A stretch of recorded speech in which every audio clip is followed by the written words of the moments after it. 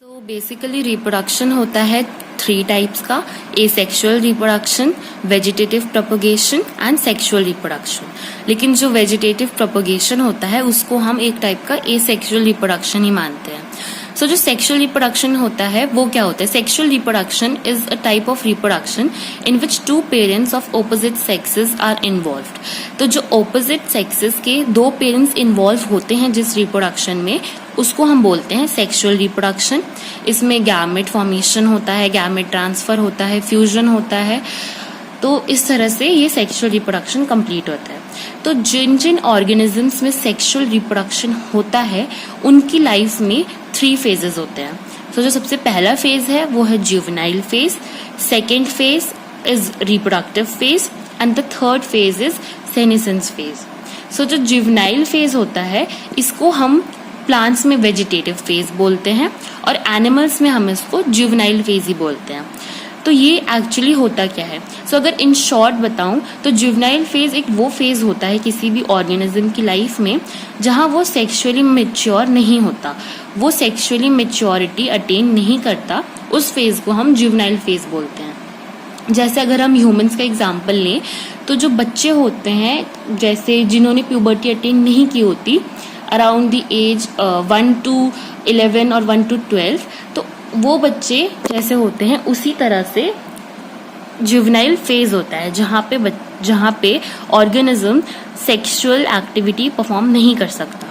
So a period gone through some plants, especially woody perennials, during which plant cannot produce reproductive structures even if all the favorable conditions are present. चाहे सारी favorable conditions हो लेकिन वो organism reproduction perform नहीं कर सकता, तो इस फेज को हम बोलते हैं जुवेनाइल फेज या फिर वेजिटेटिव फेज। फिर हम आते हैं सेकेंड फेज पे।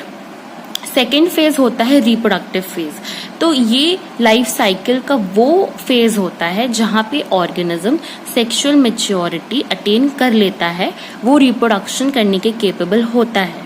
तो जैसे ह्यूमंस में हम एग्जांपल लें तो जब एक इंडिविजुअल प्यूबर्टी हिट करता है तो उसका रिप्रोडक्टिव फेज स्टार्ट हो जाता है।